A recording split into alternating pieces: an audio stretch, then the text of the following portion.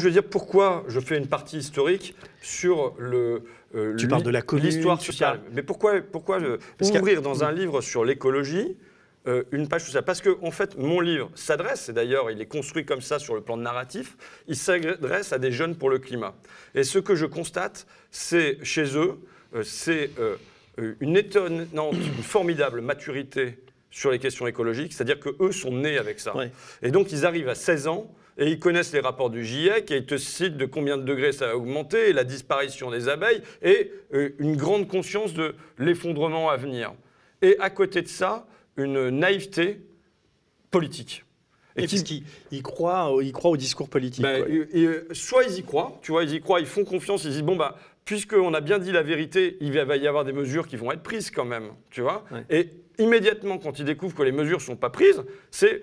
Bon, on va en passer par la violence dans le discours, hein, mais en tout cas, l'interrogation, elle est là. Une espèce de bascule de la candeur à la violence, tu vois. Et donc, entendant ça, ayant ces conversations, qui sont des conversations passionnantes, alors que je m'attendais à...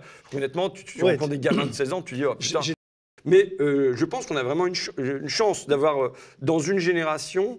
des personnes qui ont cette maturité, cette conscience-là. Maintenant, c'est qu'est-ce qu'ils en font sur le plan politique. Et là, pour moi, c'est pour ça que j'écris ce livre-là, il y a une grande candeur, d'abord de pouvoir potentiellement être dans l'écologie du consensus, alors qu'il n'y a pas de consensus possible. On doit se battre contre ces multinationales. Si on ne se bat pas contre ces multinationales, si on les laisse le gouvernail entre les mains, on est cuit, on fonce droit dans le mur. C'est l'évidence.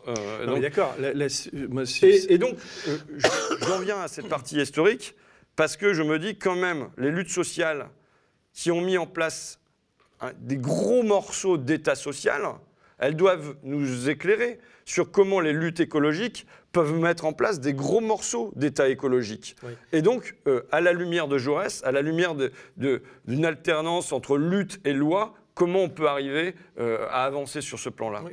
Sécurité sociale. On peut venir sur la sécurité sociale, parce que c'est l'exemple le plus éclairant. Tu fais un parallèle entre la sécurité sociale et l'écologie qui est assez pertinent. Voilà, c'est-à-dire qu'aujourd'hui, on entend, c'est le truc qui me gonfle dans l'écologie, c'est bon, on va faire une AMAP, on va avoir son panier bio, je suis pour. Le colibri. Voilà, mais les actes individuels, ça suffira pas. C'est pas le consommateur le consommateur n'a jamais fait une loi. On n'a pas eu la fin du travail des enfants parce que les consommateurs ont cessé d'aller acheter des produits, des vêtements fabriqués par exemple dans le textile où il y avait des enfants, et aujourd'hui toujours pas d'ailleurs, à l'autre bout du monde. Mais donc voilà.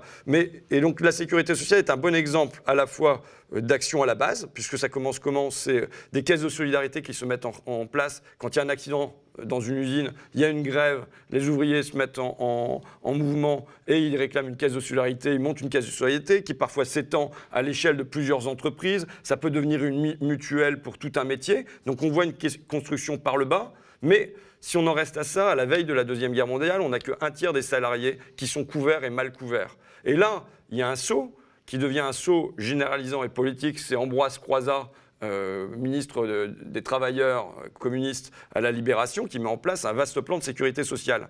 Ce qu'il faut dire, donc le programme du Conseil national de la résistance, les retraites, la Sécu, ainsi de suite. De Gilles Perret, voilà, qui en parle très bien. La sociale.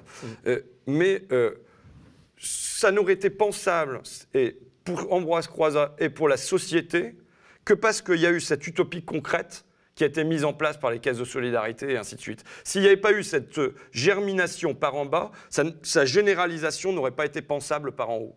Tu vois? Et donc, c'est évidemment le même mouvement auquel j'aspire pour l'écologie, c'est-à-dire que là, on voit un mouvement de germination par en bas. Il y a énormément de choses.